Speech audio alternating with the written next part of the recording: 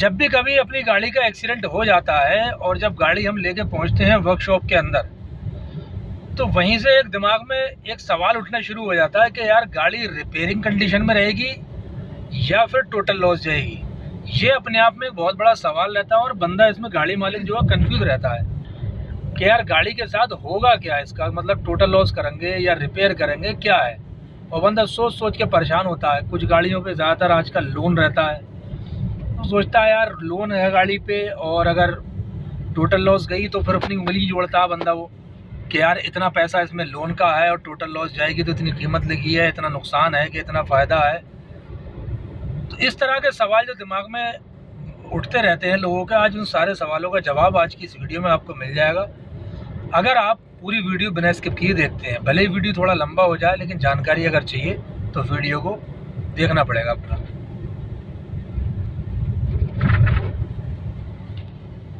जय हिंद साथियों, मैं हूं आपका दोस्त और आप देख रहे हैं यूसी टेक्निकल, जहां पे आपको मिलता है मोटर इंश्योरेंस रिन्यूअल और मोटर क्लेम से रिलेटेड IRDAI की गाइडलाइंस के अकॉर्डिंग हर एक टॉपिक पर स्टेप बाय स्टेप जानकारी से भरपूर वीडियोस। अक्सर हमने देखा है कि गाड़ी के एक्सीडेंट के बाद में जब गाड़ी हम लेकर के जाते हैं वर्कशॉप में, तो वहाँ पे हमें बताया जाता है कि गाड़ी का एस्टीमेट बनेगा भाई, उसके बाद ही सर्वे रिपीट होगा और फैसला होगा आपकी गाड़ी का।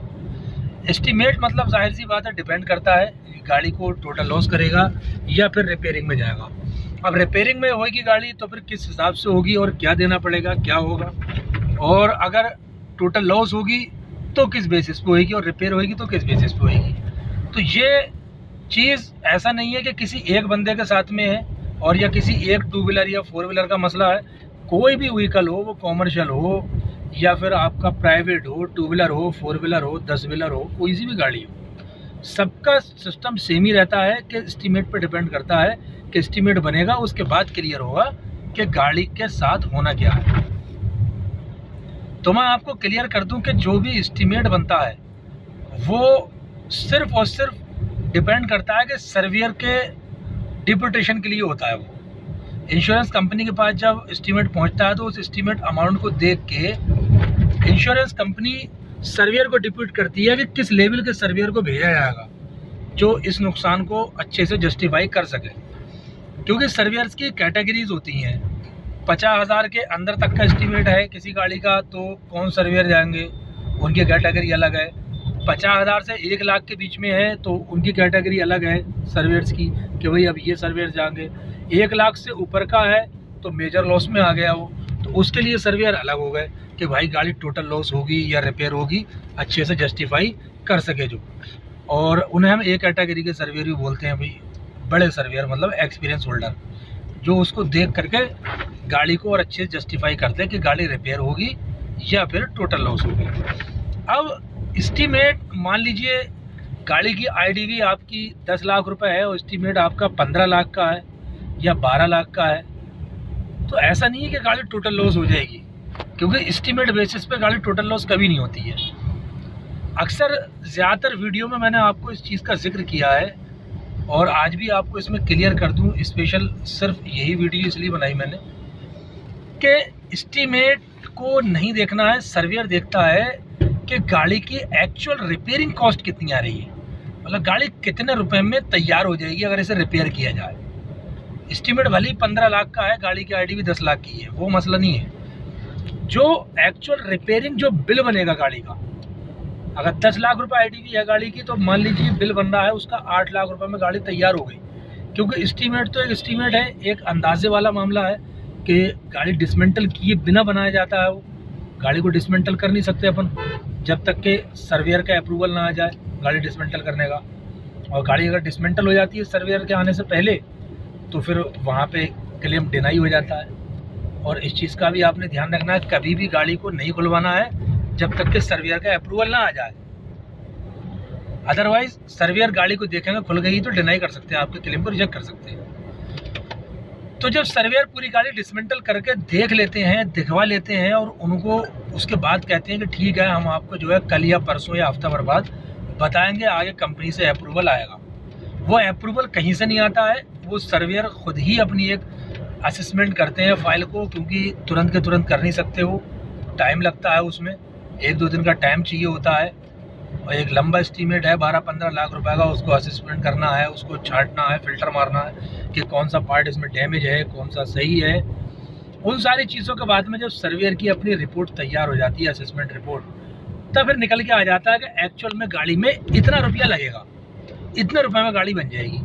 अब वो जो निकल के आता है अमाउंट गाड़ी तैयार होने का, रिपेयरिंग का, फिर उसको मतलब क्रॉस चेक किया जाता है अपने आईडीवी से। अब वो अमाउंट जो सर्वेयर के हिसाब से निकल के आया रिपेयरिंग की कॉस्ट, वो अगर गाड़ी की आईडीवी का 75% से ऊपर है, यानी 75% एबव जा रहा है आईडीवी का रिपेयरिंग कॉस्ट, तब इस कंडीशन में सर्वेयर बोल देता है कि भाई गाड़ी टोटल लॉस हो गई। वो रिपोर्ट आगे कंपनी को सबमिट करता है और कंपनी वहाँ से अप्रूवल डाल देती है, मेल डाल देती है, गाड़ी आपकी टोटल लॉस हो गई। तो आपको समझ आ गया होगा कि एस्टीमेट मेन नहीं है। ज़्यादातर लोग क्या करते हैं, जिनको टोटल लॉस करवानी होती है गाड़ी, वो एस्टीमेट हॉक के बनवा देते हैं खूब तगड़ा करके। तो एस्टीमेट तो मायने रखता ही नहीं है गाड़ी टोटल लॉस होगी कि रिपेयर होगी इसमें, वो तो सिर्फ सर्वेयर डिप्यूटेशन के लिए होता है। अब सर्वेयर जी की जो असेसमेंट रिपोर्ट आई, जैसा कि मैंने बताया, वो अगर जा रही है कॉस्ट उसकी आईडीवी की 75% ऊपर, तब होगा।